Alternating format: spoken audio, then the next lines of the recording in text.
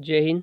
इस सेशन में हम देखेंगे मनोविज्ञान टेस्ट सीरीज को और बहुत इंपॉर्टेंट इस क्वेश्चन में इस श्रृंखला में लेकर आया हूँ। तो बड़े ध्यान से इस क्लास को आप अटेंड कीजिएगा और जो भी फैक्ट आपको नहीं लगे अपनी नोटबुक में उसको नोट करते चलेगा ताकि अपनी जो तैयारी है साथियों वो एकदम बेहतर हो सके।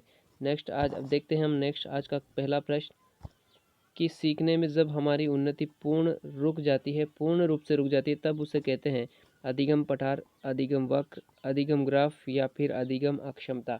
तो अगर सीखने में हमारी जो है उन्नति जो है वो पूर्ण रूप से यानी कि रुक जाती है, भाई ऐसे अगर कोई ग्राफ है अधिगम का, ये सीखा जा रहा है, अगर पूर्ण रूप से ये सीधी हो जाती है यानी कि बिल्कुल रुक जाती है तो इसको हम कह देते हैं अधिगम का पठार। अधिगम का पठार यानी कि राइट आंसर आपको कर देना है ऑप्शन नंबर पहला। नेक्स्ट क्वेश्चन देखिएगा कि जब माता पिता के बच्चे उनके विपरीत विशेषताओं वाले विकसित होते हैं तो वहाँ पर सिद्धांत लागू होगा। ऑप्शन पहला है समानता का सिद्धांत, विभिन्नता का सिद्धांत, प्रत्यागमन का सिद्धांत या मूल जीवाणु की निरंतरता। तो साथियों आपने एक थ्योरी पढ़ी होगी कि जब माता पिता के ठीक विपरीत गुणों वाले संतान पैदा होती है तो वहाँ पर कौन सा सिद्धांत लागू होता है? प्रत्यागमन का सिद्धांत। राइट आंसर आपको हो जाएगा option number C. Option number C यानी कि प्रत्यागमन का सिद्धांत। नेक्स्ट देखिएगा कि बालक के सामाजिक विकास में सबसे महत्वपूर्ण कारक कौन सा है? वातावरण, आनुवंशिकता, तत्परता या साहचर्य। देखिएगा साथियों सामाजिक विकास के लिए सर्वाधिक उपयुक्त कारक होता है वातावरण। वातावरण जिस प्रकार के वातावरण में बच्चे को रखा जाएगा वो वैसा का वैसा व्यवहार करने लग जाएगा। अगर आपने मोगली की कहानी सुनी है तो मोगली को जब जंगल में रखा जाता तो वो बिल्कुल जंगल जैसा व्यवहार करने लग जाती है। इसका मतलब ये हुआ कि बच्चे को जैसे वातावरण मिलेगा वैसा ही वो उसका व्यवहार करेगा। राइट आंसर इस क्वेश्चन का आपको कर देना है ऑप्शन नंबर पहला। नेक्स्ट देखिएगा कि अधिगम का मुख्य नियम है। साथियों आपको पता होगा कि थॉर्नडाइक ने 8 अधिगम के 8 नियम दिए हैं जिसमें से 3 जो है वो मुख्य नियम थे और जो 5 थे वो गौण नियम थे। अब इसमें से कौन सा मुख्य नियम आपको पहचानना है? आत्मीकरण का नियम, आंशिक क्रिया का नियम, तत्परता का नियम या सादृश्यता का नियम। तो इस क्वेश्चन का राइट आंसर आपको कर देना है ऑप्शन नंबर सी यानी कि तत्परता का नियम। नेक्स्ट क्वेश्चन है कि गलती करके सीखने की समस्या समाधान की विधि कौन से मनोवैज्ञानिक ने खोजा है? किस मनोवैज्ञानिक ने खोजा है पूछ रहा है। तो यहाँ पर आपको देखना है ऑप्शन पहला है कि पियाजे है, स्किनर है, थॉर्नडाइक है या पावलोव है।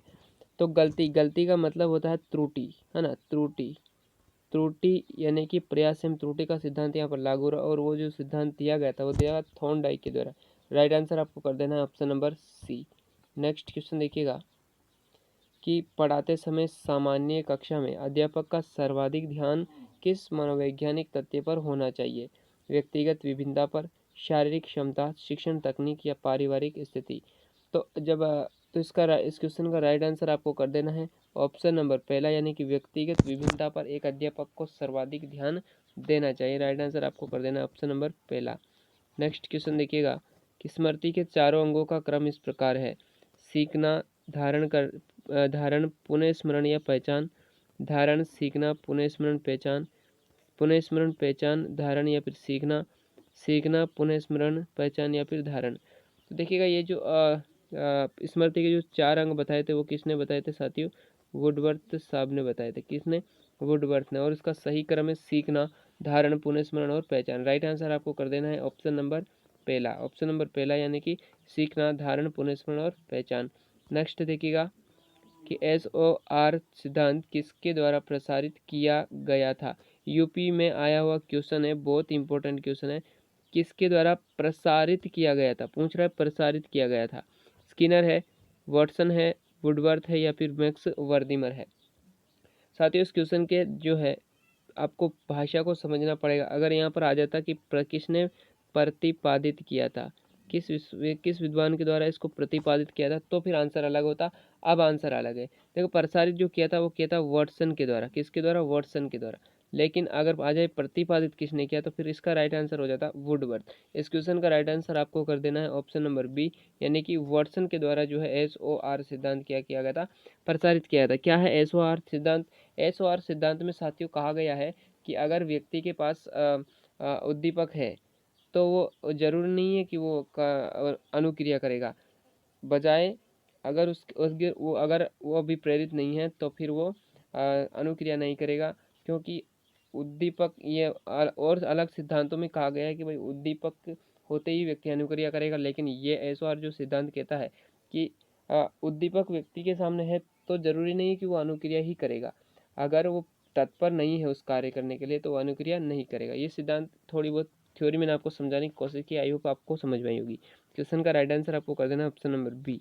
नेक्स्ट देखिएगा, अभिप्रेरणा सीखने का सर्वोत्तम राजमार्ग है, ये कथन किसका है? स्किनर है, पावलोव है, कॉलर है या फिर थॉर्नडाइक है? तो अभिप्रेरणा सीखने का सर्वोत्तम राजमार्ग जो कहा था स्किनर सर ने कहा था, ऑप्शन नंबर पहला इस क्वेश्चन का आपको राइट आंसर कर देना है। ओके, राइट आंसर आपको कर देना है ऑप्शन नंबर पहला। नेक्स्ट देखिएगा कि एक बच्चा कहता है कि माँ आज सूरज उदास है, वह निम्न में से पूर्व संक्रियात्मक चिंतन की किस सीमा की ओर संकेत कर रहा है? ऑप्शन पहला आत्मकेंद्रण है, एनिमिज्म है, आदर्शवाद है या फिर प्रकृतिवाद है? तो बच्चा देखिएगा आत्मकेंद्रण यहाँ पर नहीं होगा, यहाँ पर होगा एनिमिज्म। एनिमिज्म यानी कि बच्चा जो निजी वस्तु उसको भी अपना सजीव समझ लेता है, यानी कि जीववाद। और जीववाद जो है वो किसने बात की थी? हमारे पास पियाजे सर ने बात की थी। राइट आंसर आपको कर देना है option number B. Option number B यानी कि एनिमिज्म। नेक्स्ट है कि बच्चों को संकेत देना तथा आवश्यकता पड़ने पर सहयोग प्रदान करना निम्न में से किसका उदाहरण है? अनुबंधन, मॉडलिंग, पाठ अथवा ढांचा, प्रबलन। तो देखिएगा बच्चों को सहयोग और संकेत प्रदान करना, आवश्यकता पड़ने पर उनको सहयोग देना, ये क्या है? पाठ अथवा ढांचा है। राइट आंसर आपको कर देना है option number C. Option number C यानी कि पाठ अथवा ढांचा। नेक्स्ट देखिएगा कि आकलन का प्राथमिक उद्देश्य होना चाहिए विद्यार्थियों के लिए श्रेणी निश्चित करना, संबंधित अवधारणाओं के बारे में बच्चों की स्पष्टता, अभ्यर्थियों को समझना, विद्यार्थियों के प्राप्त अंकों के आधार पर उनको नामांकित करना या रिपोर्ट कार्ड में उत्तीर्ण या अनुत्तीर्ण अंकित करना। तो 12वें क्वेश्चन का राइट आंसर क्या है साथियों?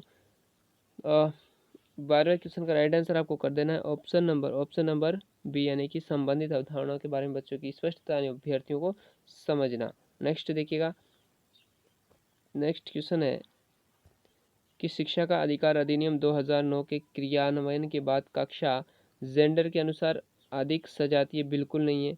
जेंडर के अनुसार ऐसा नहीं कहता कि भाई शिक्षा का अधिकार केवल बच्चों मतलब लड़कियों जो है इस विशेष लिंग के प्रति ये अपनी शिक्षा को प्रसारित करेगा। आयु के अनुसार अधिक सजातीय, तो ये सही है क्योंकि ये 6 से 14 वर्ष की बालकों की ही बात करता है। अप्रभावित है, प्रभावित तो हो ही नहीं सकता, आयु के अनुसार अधिक विषम जाति बिल्कुल नहीं है। राइट आंसर आपको कर देना है option number B. Option number B यानी कि आयु के अनुसार ये जो कानून अधिनियम है वो अधिक समझाती है। राइट आंसर आपको बी करना है। नेक्स्ट देखिएगा कि एक शिक्षक को व्याख्यान पर अधिक ध्यान देना चाहिए और ज्ञान के लिए आधार उपलब्ध कराना चाहिए। शिक्षार्थियों द्वारा की गई त्रुटियों को एक भयंकर भूल के रूप में लेना चाहिए और प्रत्येक त्रुटि के लिए गंभीर त्रुटि देना चाहिए। बिल्कुल नेगेटिव जो है ऑप्शन है, तो इसको आपको पहले ही काट देना है। अगला देखिएगा कि विद्यार्थी कितनी कितनी बार गलती करने से बचता है, इसे सफलता के माप के रूप में लेना चाहिए, बिल्कुल नहीं लेना चाहिए। विद्यार्थी विचारों को संप्रेषित करने की कोशिश कर रहे हैं तो उन्हें ठीक नहीं करना चाहिए, बिल्कुल। ये जो है ऑप्शन यहाँ पर अपना क्या हो जाएगा? सही हो जाएगा।